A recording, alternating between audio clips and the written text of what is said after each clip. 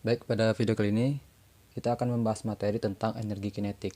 Nah, energi kinetik ini juga sering disebut dengan energi gerak, ya. Artinya energi ini energi yang dimiliki oleh sebuah benda yang sedang bergerak. Nah, misalnya ada kura-kura, ya. Nah, bergerak ke sana dengan kecepatan tertentu. Nah, maka dia sedang melakukan yang namanya energi kinetik. Atau mobil atau sepeda, intinya benda yang sedang bergerak, bahkan dia sedang mengalami namanya energi kinetik. Nah, energi kinetik ini simbolnya huruf EK, ya.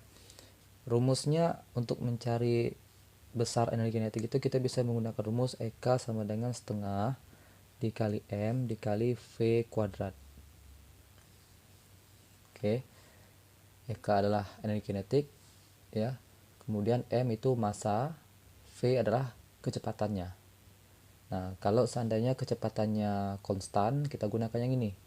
Tapi kalau seandainya dia GLBB, ya, maka kita gunakan setengah dikali M V2 kuadrat V1 kuadrat.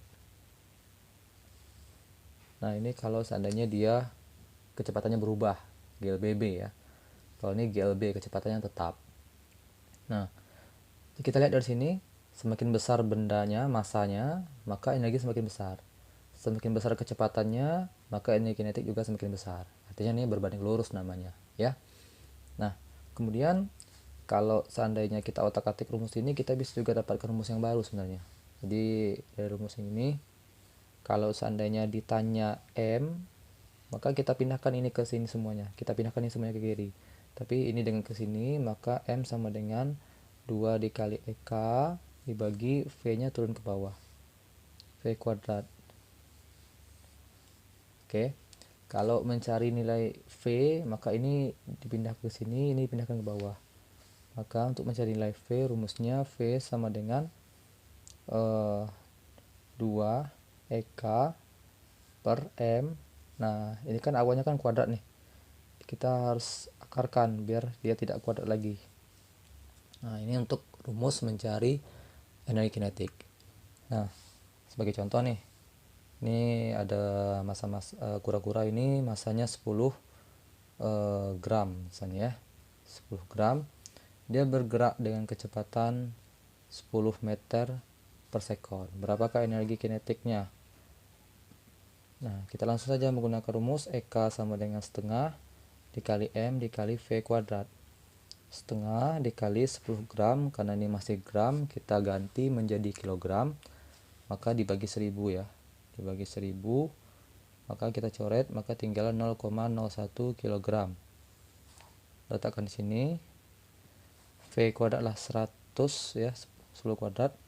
Maka ini menjadi, ini 100 dengan 2 tinggal 50, 0,01. Ini kita coret, tinggal 5 dikali 0,1 sama dengan 0,5 joule. Oke, ini contoh yang standar. Nah, sekarang saya berikan contoh yang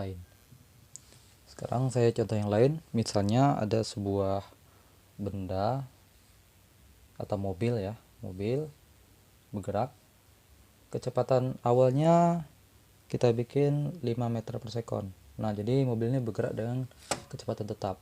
Oke. Nah, mobil ini bergerak dengan kecepatan tetap dengan kecepatan 5 meter per sekon. Nah, ini mobil-mobilan, ya. Masanya saya bikin 2 kg saja.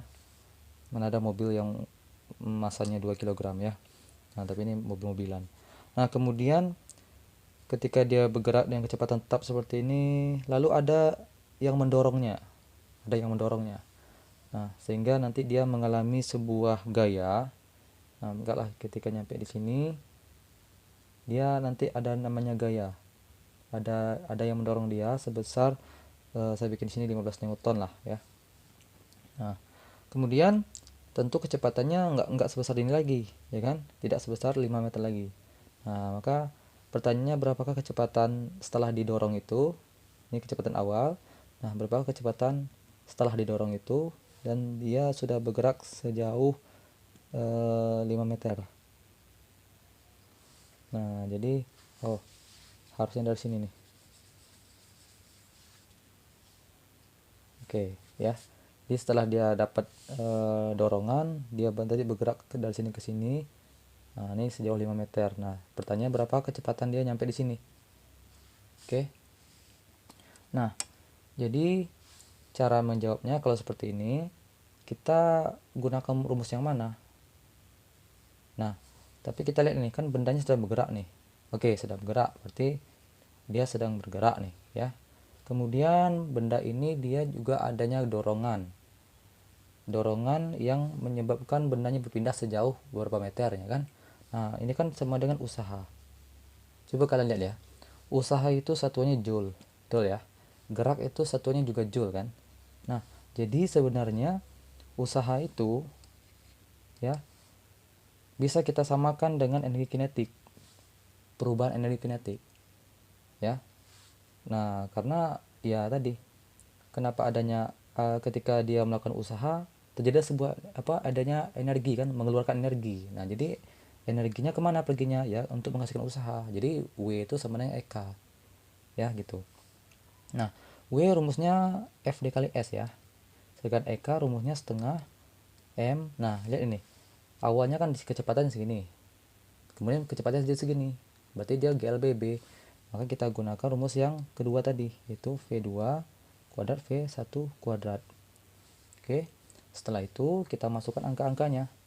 F nilainya ada 15 ya, jaraknya 5 sama dengan setengah, M nya 2, V2 kuadrat kita cari dulu, V1 kuadratnya adalah 5 kuadrat. Oke, sekarang saya pindahkan ke sini. Ini bisa kita coret. Sekarang 15 dikali 5 itu 75. Kemudian tinggallah V kuadrat dikurang 5 kuadrat sama dengan 25. Nah, kemudian tinggallah V2 kuadrat itu sendirian. Ini kita pindah ruas menjadi 75 ditambah 25. Maka V2 kuadrat itu sama dengan 100. Yang kita tanya adalah V2. V2 adalah akar dari 100 sama dengan 10 meter per sekon. Nah ya, jadi intinya kalau ada soal yang dia diketahui gayanya juga, diketahui S nya juga, tapi juga diketahui M dan V nya, kalian bikin seperti ini. Oke. Nah, sekarang saya masuk contoh yang lain. Nah, contoh lain seperti ini. Ada sebuah kelapa ya, sebuah kelapa ini dia berada pada ketinggian 20 meter dari permukaan tanah. Masa kelapa 2 kg. Pertanyaannya adalah berapakah energi kinetik benda sesaat sebelum dia nyampe ke tanah. Artinya belum dia nyampe ke tanah, hanya beberapa detik sebelum nyampe ke tanah. Ya, artinya kecepatannya masih bergerak ya, bukan nol. Kalau udah nyampe tanah berarti nol ya. Nah, kita gunakan rumus berapakah rumus energi kinetiknya, kita rumuskan setengah mv kuadrat ya. Oke, seperti ini. Nah, sekarang saya tanya nih, kalau seandainya benda ini kan benda geraknya jatuh bebas ya. Kalau gerak jatuh bebas itu dia GLBB atau GLB? GLBB ya, karena dia mengalami percepatan. Percepatan apa itu? Yaitu percepatan gravitasi. Nah, sekarang kita lihat rumusnya dan lihat yang diketahui. Yang diketahui ada massa. Oke, massa sudah ada nih, setengah, M-nya 2, V-nya belum diketahui nih. Yang diketahui hanya ketinggian.